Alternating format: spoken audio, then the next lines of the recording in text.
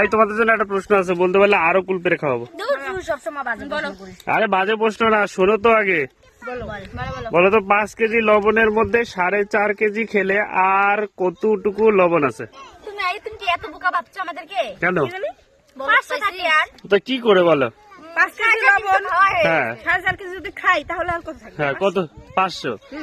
500 তোমরা 500 কি করে 500 হলো? হলো না তো।